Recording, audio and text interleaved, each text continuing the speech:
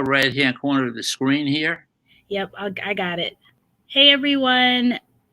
This is Renee Small with another edition of Breaking into Cybersecurity, a special edition, and it's our Mondays with Dr. Dan edition. I am Renee Small, and I am a cybersecurity recruiter helping candidates get into some opportunities and helping leaders attract top talent.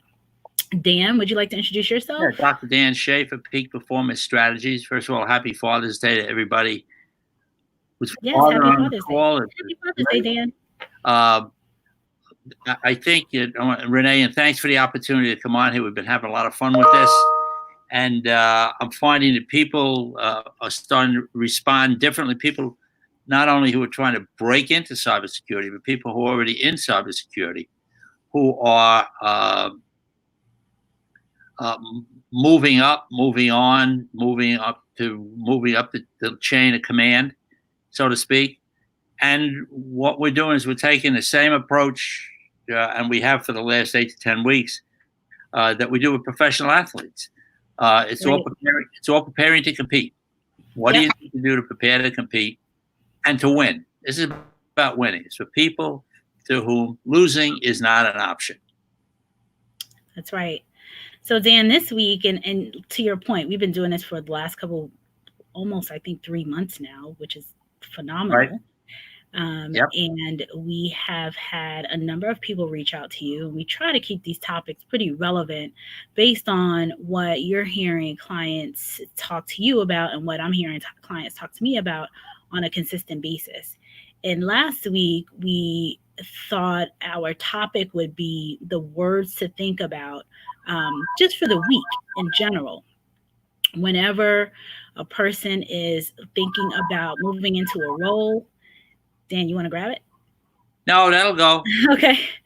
So whenever a person is thinking about moving into a new opportunity, like we said, this is not only these special editions are for people who are moving up into the security space. So most of the time, leadership, very seasoned professionals looking to make that next move, either looking to move into a more management level or moving into a higher senior level role.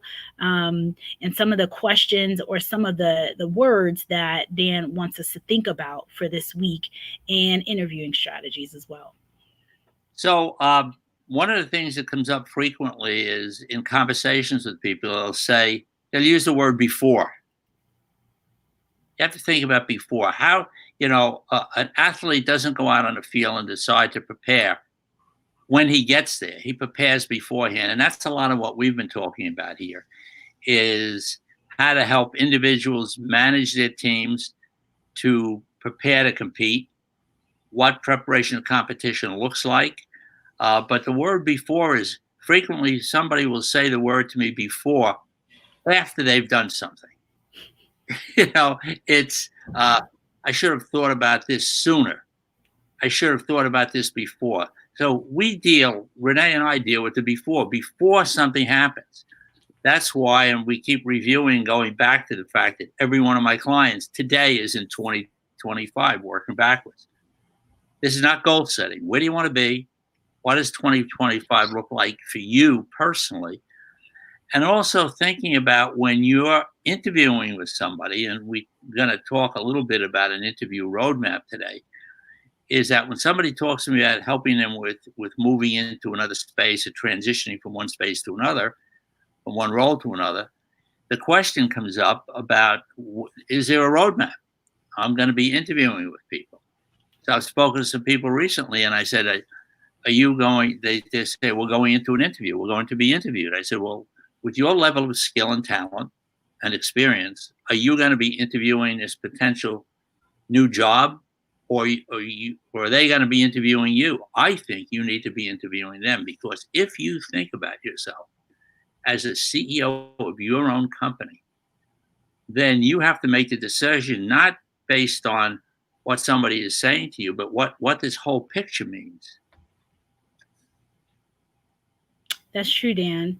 And I know that right now, a lot of people are going through a number of transitions some voluntary, some involuntary, based on COVID-19. And you've been helping folks while they transition. What would you say? So it's interesting that you said the word before, and you wish that they said before. They usually say before after they've done something. Right. When's when's the well, let's get into our next word. And like, when it comes to saying before, when's the best time to reach out? Like, when should they, what do they see, or what do they foresee happening, when is a good time for them to reach out to someone like you to get? Well, Renee and I have dealt with this for years. People who are looking for talent, cybersecurity talent, within organizations that she's worked with and I've worked with. Somebody will wake up in the morning and say, I need to exchange somebody, or I need to change the position I'm in. That's when you should pick the phone up and say, here's what I'm planning. What do you think I should do to avoid to avoid the shark-infested waters of transition? What do I need to be thinking about? And do I need to be thinking about far enough? Am I thinking far enough ahead? And this is where telling me and Renee what you want 2025 to look like helps you subconsciously avoid a tremendous amount of error. I mean, I have a friend of mine that renegotiates corporate leases. He's negotiated leases for the Port Authority with the World Trade Center.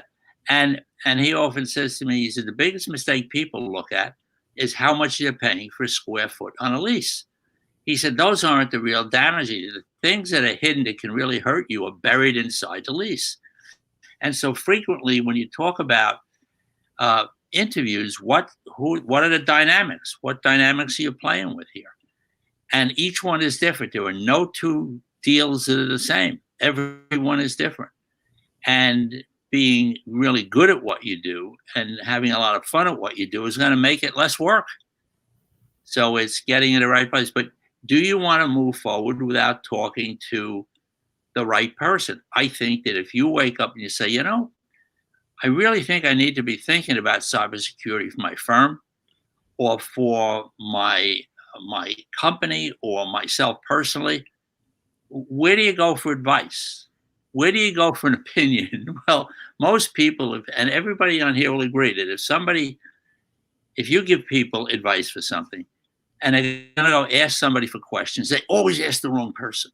They always go to a person who's not the least bit able to help them. So I've said to Renee, I said, people should have you on speed dial. They wake up, they go, cybersecurity, bang, call you first, and you go from there. Well, I'm not sure what questions to ask. That's one of the biggest issues that we've run into for years. People don't understand the risk they're at. They don't understand the situations they're dealing with on a regular basis. And at the end of the day, if you're going to be asking questions and you want really fantastic answers, you have to ask fantastic questions. Well, it's my job to make sure you're asking the right questions. It's Renee's job to make sure you're asking the right questions. It's not up to you to think of the questions. It's up to us to help you make sure you're asking the right questions. Dan, Go ahead. What do you think are some of the hidden traps? You talked about some hidden, hidden booby traps just as a whole. When it comes to interviewing, what do you think some of those hidden things are that people should look out for? Well, I think that people in cybersecurity, I think whether they're aware of it or not, and I will tell you up front, you know way more than you think that you know. So the fact is that your assessment of people and agendas and that is really important. I think you need to take 1,000-foot view of the company you're going into. Look at the people above you who you're reporting to, looking at the people who are above them, who they have to report to. If they have to sell you up, who do they have to sell you up to? And some of the things are, we find that cybersecurity people can be threatening. So you might be threatening somebody's position. You might be threatening the person who was hiring you because the person that they hired before did not do well. So really, you're in a situation of thinking, and I've seen this in HP globally, where people said, I have to make sure that I hire the right person. And how do I do that? I know that people today hire people by by talent, skills, experience. I think you have to start by hiring somebody for their dream. What's your dream? What do you want to, when you take me out to 2025, what do you see that as being for yourself, for you personally, not for the company you're working for, just for you personally? Where do you want to be? And then do everything you possibly can to enhance that and avoid everything you could possibly do that will derail you.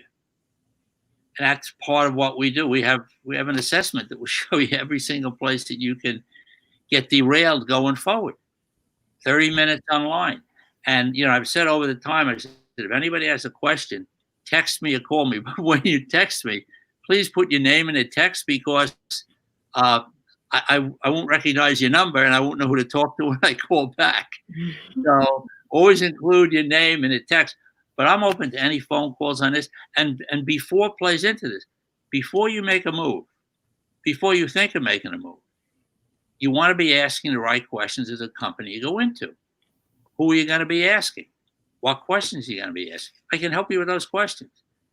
Yeah. I had somebody I helped with some questions for an interview a couple of weeks ago. A person called me back and they said, the person who was interviewing me asked me every question you said they would ask me. So that felt pretty good. But the point is that it's preparing to compete. I see the level of competition that my athletes go through just to walk out on a football field or a soccer field or an MMA cage fight, whatever it is, the amount of effort they use in preparation. I don't see why that can't be transferred over into business. And the fact is that we have to talk about another thing, is time.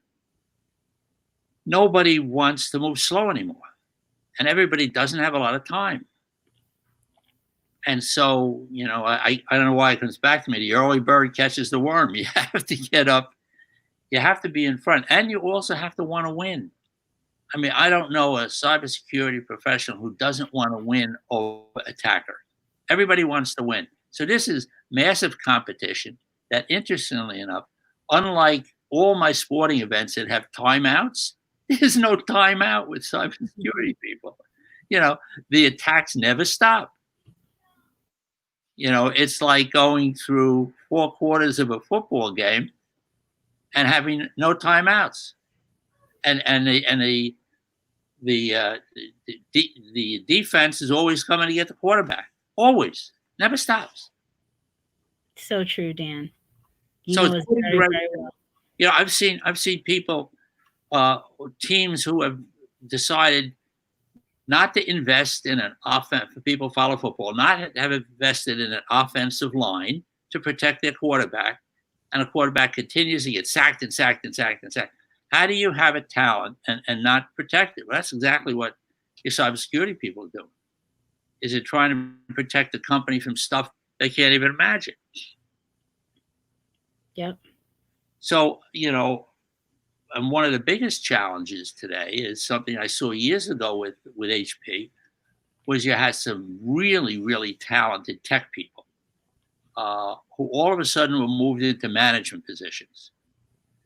And what the company did is they came in and they put tremendous resources into ramping up the tech talents into management talents.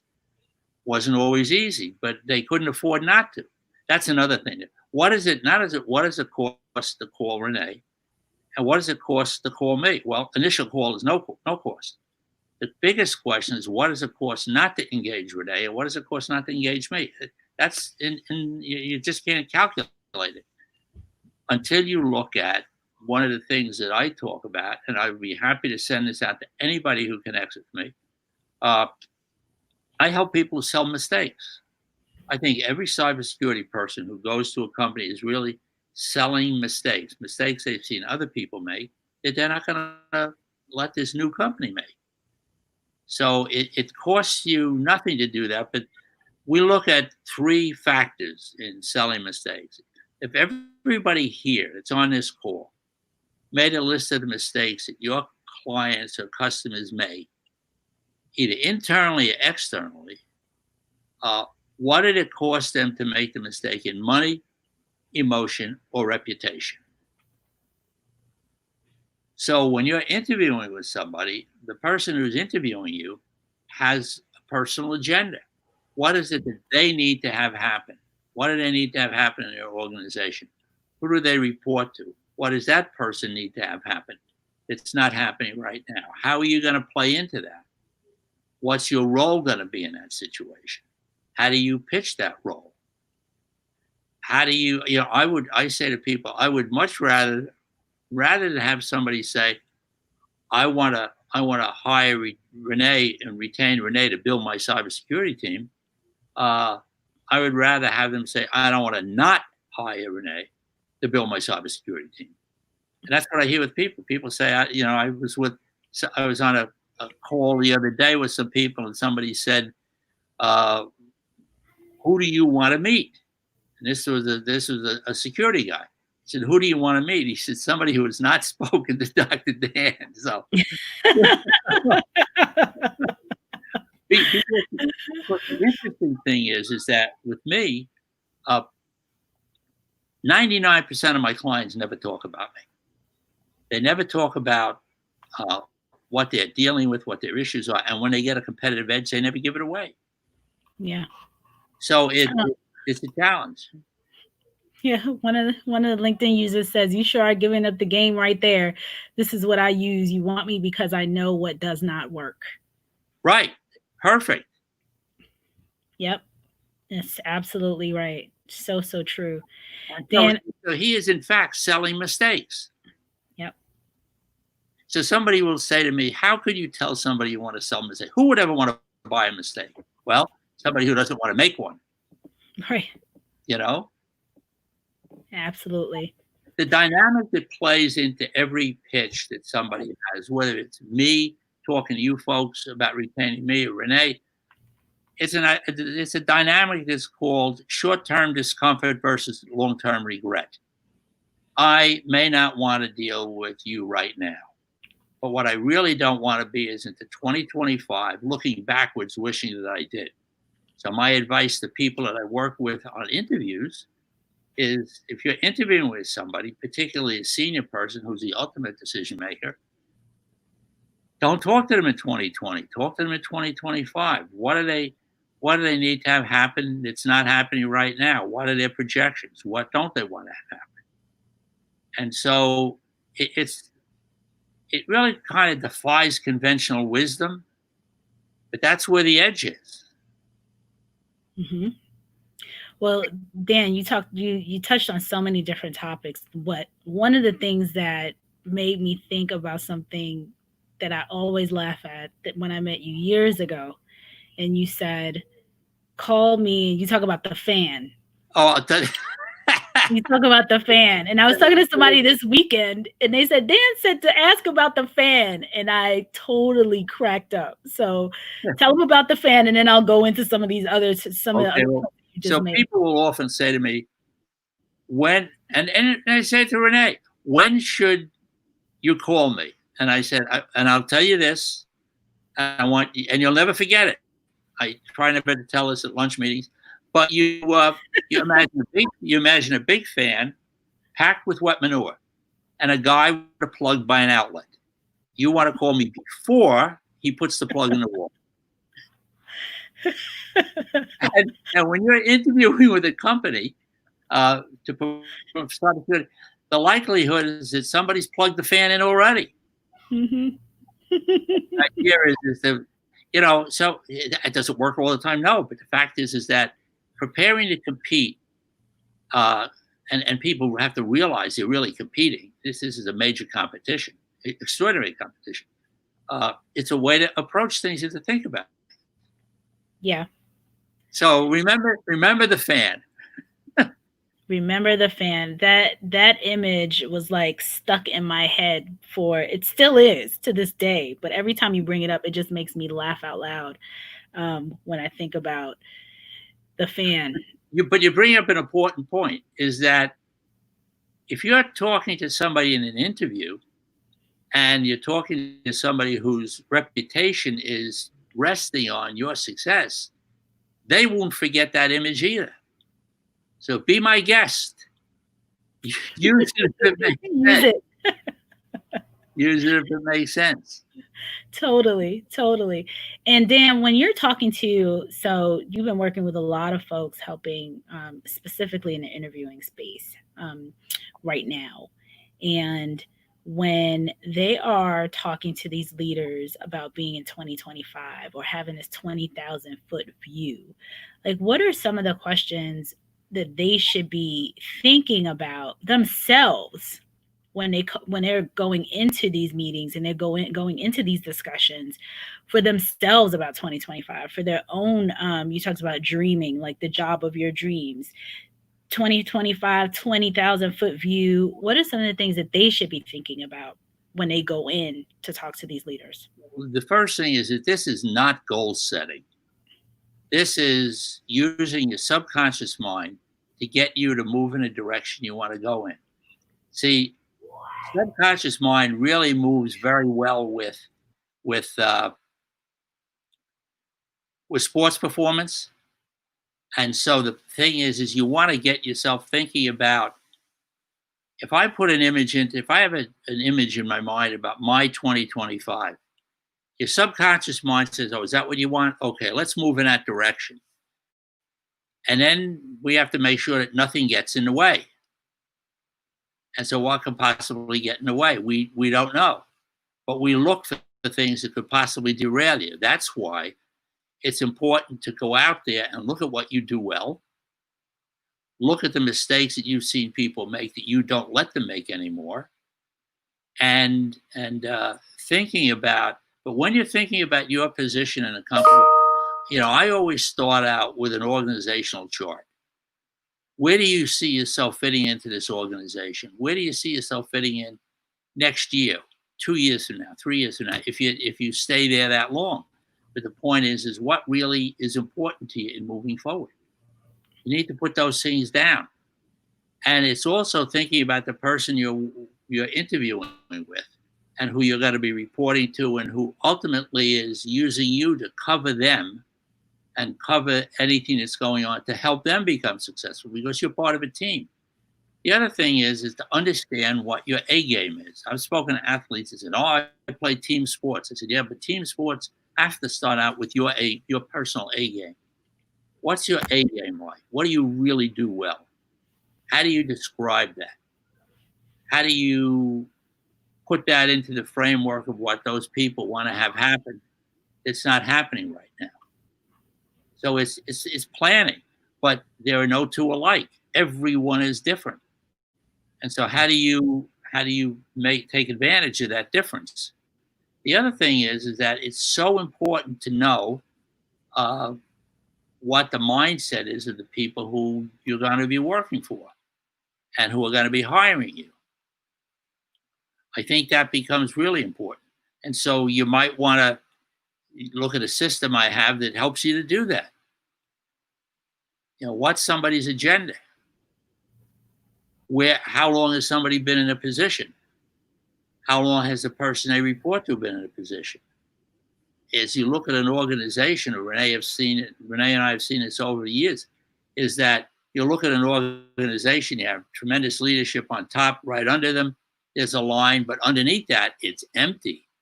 Those people have left, or they're not engaged. The engagement of all those people becomes important for the success of the person above them. Yeah, Danny, you bring up some really good points, especially about the org chart, because I know before you even start, or after your first initial kind of phone call, the next step typically is around these org charts and really understanding your landscape.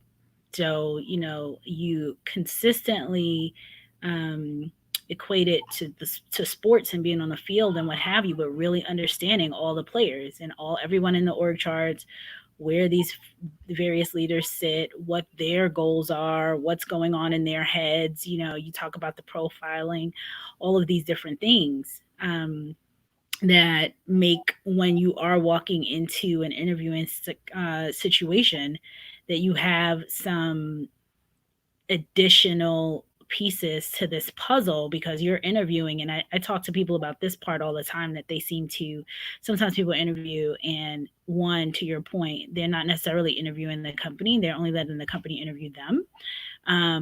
But two, when they don't get the role and it's about fit, that's one of the questions that comes up all the time. Like, what do they mean? What does that mean? And so would you be able to elaborate and kind of talk to people about that, especially when it comes to the org chart, since you brought the org chart piece into it? Sure. The fit really involves understanding the personality and the psychology of the organization. Who's around you? I have a cybersecurity client I've worked with for 3 years now.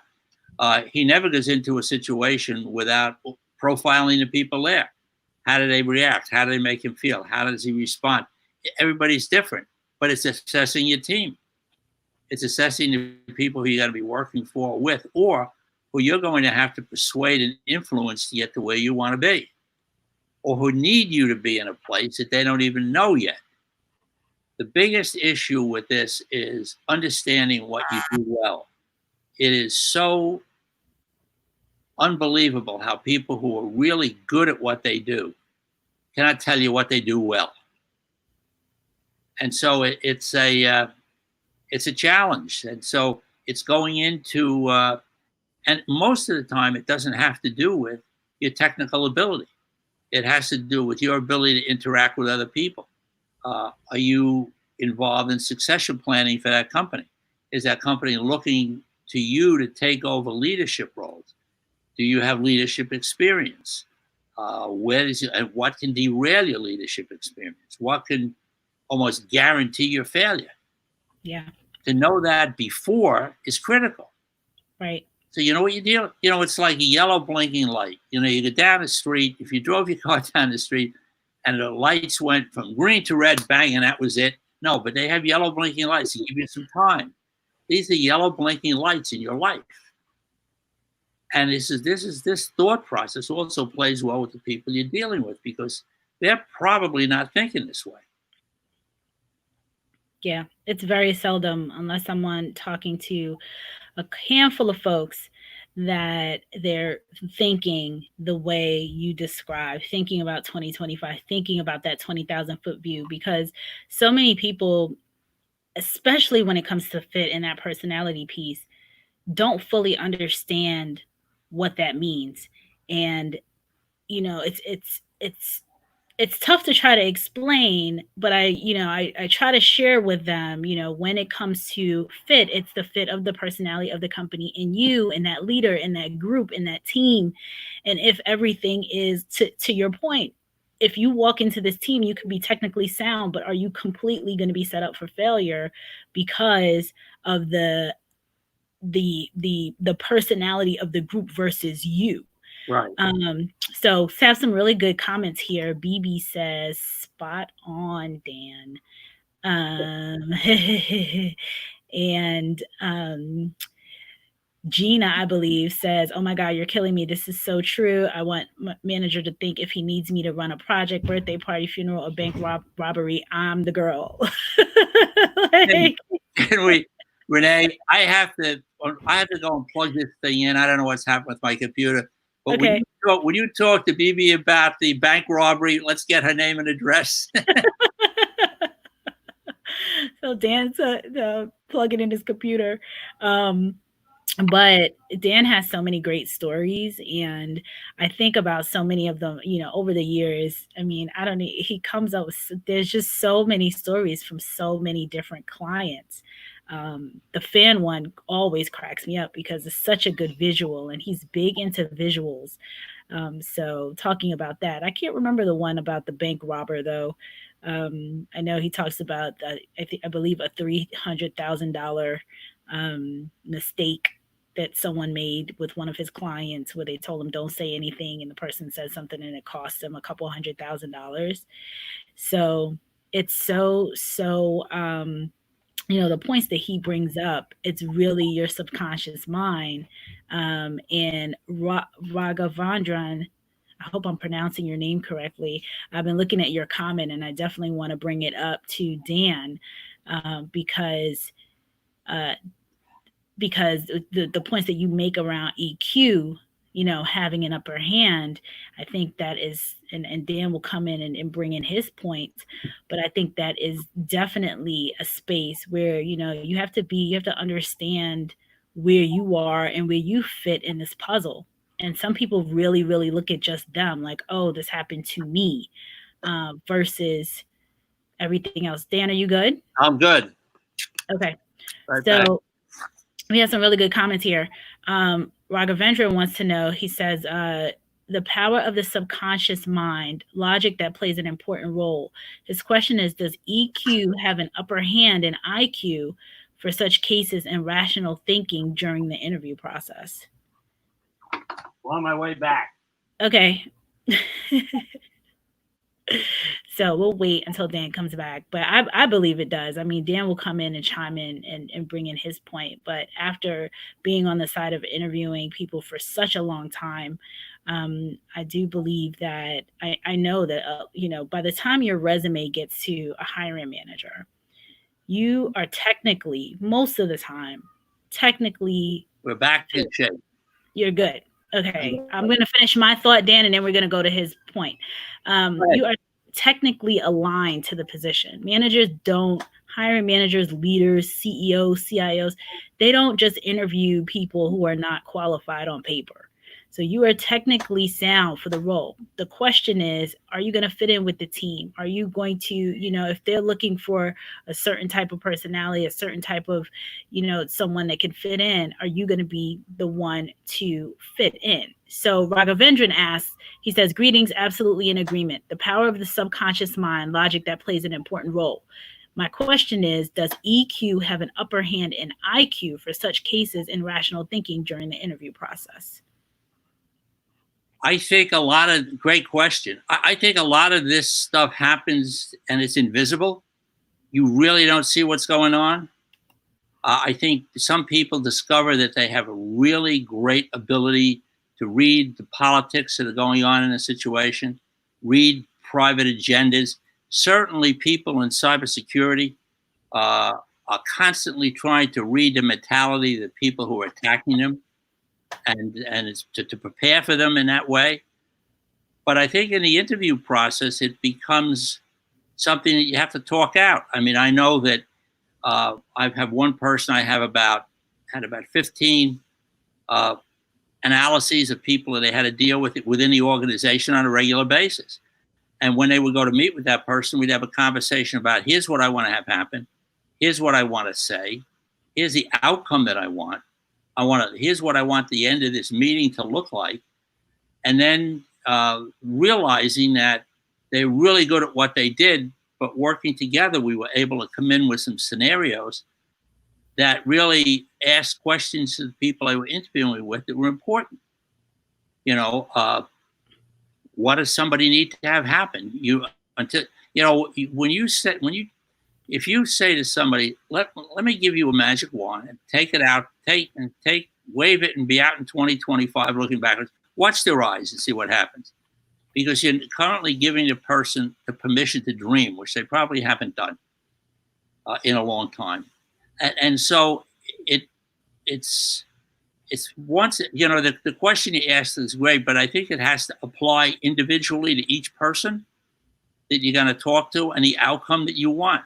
I mean, I have people who will embed commands in language that so the people will think about them when they leave.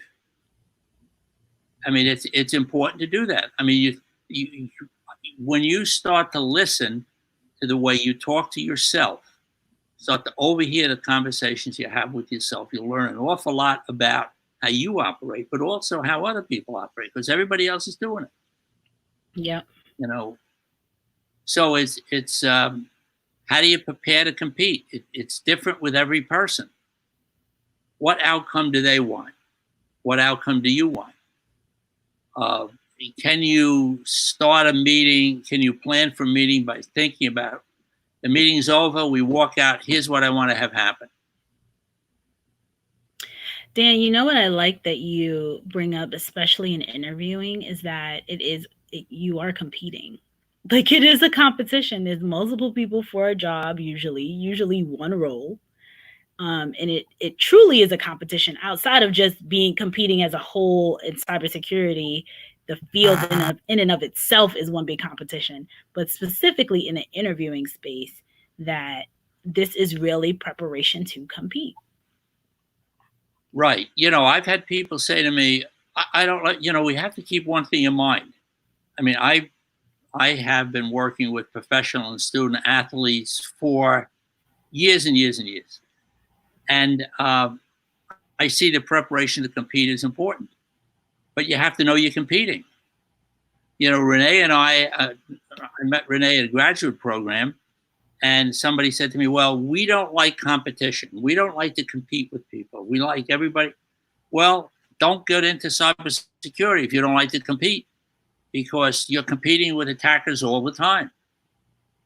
And the fact is that it's important to know you're in a competition. But what tools do you bring into it to give you a competitive edge? And how do you take advantage of that? It becomes interesting when we look at this based on what each individual person who's on this program want to have happen for themselves. And think about what are the people want to have happen for themselves who are interviewing me. Mm-hmm. Who do they have to report to? Is this going to cost them money if they make a mistake? Is this going to cost them emotion?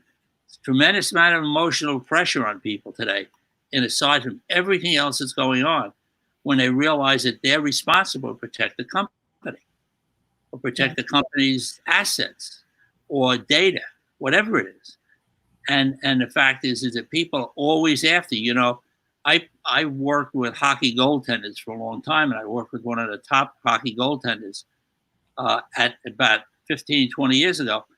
And the guy said to me, he said, I always have a target on my back. I said, you do, because everybody's after you. Everybody wants to knock you off that position to get your position. So understanding that these are the dynamics in which you're playing. It's a highly competitive environment. And but again, it's hard to make a comment because it's different with every single individual. Yeah. Every company you're dealing with. So right. that's why the organizational chart of the company you're going into is not going to have the same impact that our discussion that it's going to have with somebody else. Because the fact is that many of the people who are going in for an interview are not going to ask the questions you're going to ask. Right. And I will tell you, the interviewer is not prepared to be asked some long-range focused questions because they usually don't hear them. Yeah, it's so true. I've asked those questions and people's eyes glaze over. They're like, huh? You know? Right. Well, you know, but you see what happens is that's where, and this is fun because, you know, Renee and I have been doing this for a long time in a different set of different scenarios. But the fact is, when you ask somebody a question that stops the internal narrative that they have going on in their head that starts to crank the minute you open your mouth, they stop. It stops them. I mean, I tell a story. I mean, I was at a cocktail party a couple of years ago, and a woman who had just sold a business said, what do you do? I said, I sell mistakes. She said, what a crazy thing to say. 4 times during that party, she came back to me and says, what are you talking about? How could you say that to people? Who would ever want to buy a mistake? All the usual questions. And at the end, she says, you know, I don't think this works. I said, well, I disagree with you. I said, my comment to you, you have come back to me 4 times at this party to ask me about my business. and you know, and you can embed commands in language. We do this based on the situations you run into. But I tell the story I told it last time. You know, I had a guy say to me, I'm thinking of retaining you to work for my accounting firm, but I'm going on vacation. I said, where are you going? He said, I'm going on a cruise to Bermuda. I said, well, we have a problem. He said, what's the problem? I said, every time you see an umbrella drink, you're going to think of me. He said to me when he came back, he says, "You came on my vacation with me." If I sat down at a bar and I didn't see an umbrella drink, I was looking around for the umbrellas. So, but this is all strategy that everybody here can use, but only if you plan it. Yeah. Yep.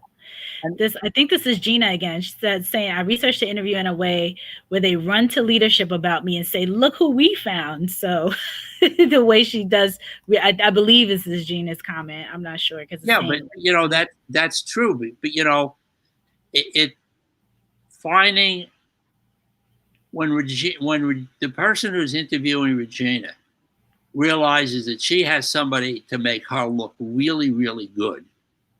That's it. So it's how do you do that? But the other responsibility is that it's hard to have somebody sell you up within a company.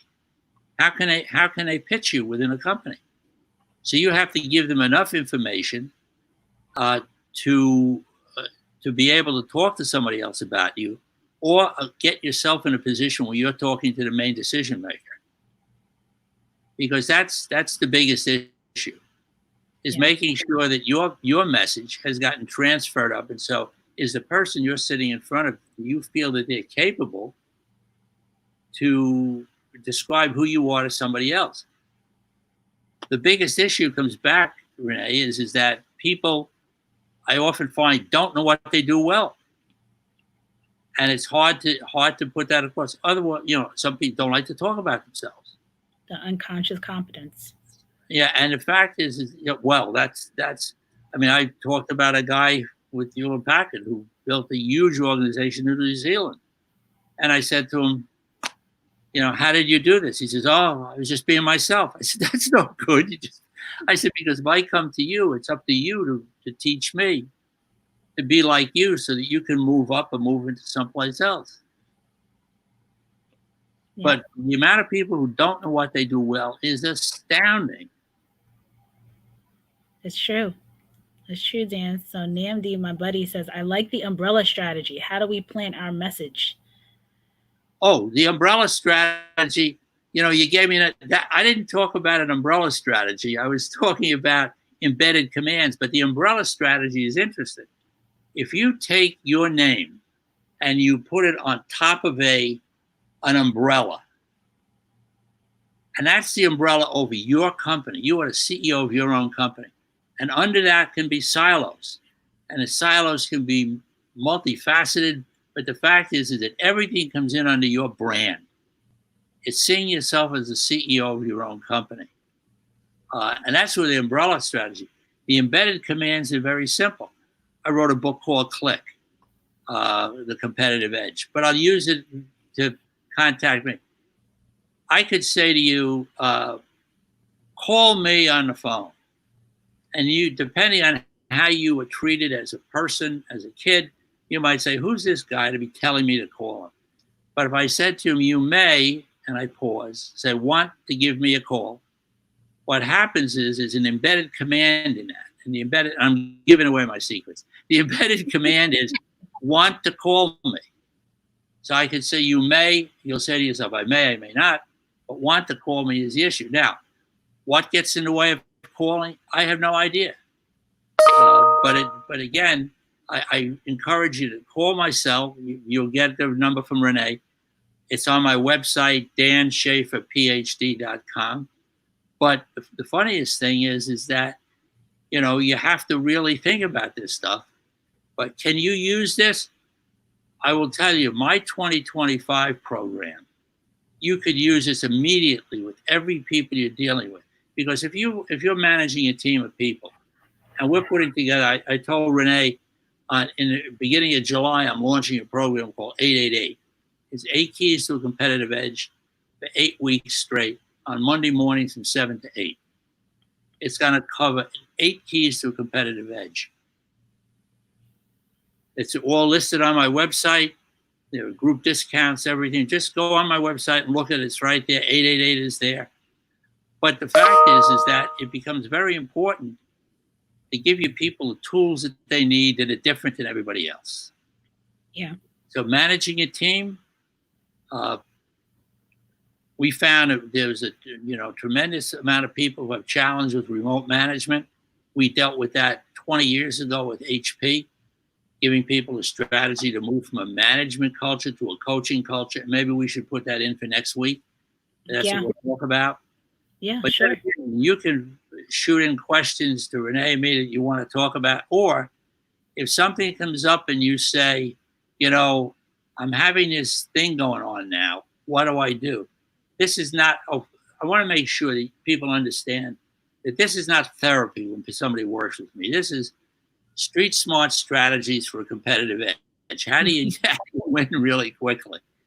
But it's definitely doing stuff differently and thinking differently and then helping the people who you're responsible for to think differently. Yeah, for sure. So Dan, we're at the 45-minute mark. So I want to make sure that people have all of your information. So danschaferphd.com is already in the, it's always in the chat. It's always at the top of the, in the little blurb that describes this. Dan's number, if anybody wants it, feel free to reach out to me. I will send it to direct message to you, but it's also on his website. Dan is a huge texter, so feel free to text him. If you see his number there, you can text him and he'll set up a time to talk to you. And please put your name in when you text me, because I have a whole list of texts. I don't know who they are. So put your name and let her know you either saw him on LinkedIn Live or YouTube Live with us, the Breaking Into Cybersecurity Leadership Series, or the special edition, because this is really Mondays with Dan. This is Dan's show at this point. This is the Dan show. Dan show. So Dan, next week we'll be talking about, whatever comes up this week, as well as I forget what topic you just shared that we would probably talk about moving from a management culture to a coaching culture. Yep. Yeah. So for sure, definitely that is a good topic. And if anyone has any questions or wants us to bring up anything, let us know. You can always reach out to me on LinkedIn, and I'll be happy to raise any questions that you may have. So Dan, thank you again. I think we're at week 11 or so doing this. Thank you. This is the one. This could be a series. It is a series. Mondays with Dr. Dan. So we will see everyone next week. Thank you, Dan. Okay. Thanks a lot, Renee. Okay. Bye-bye. Thanks, everybody.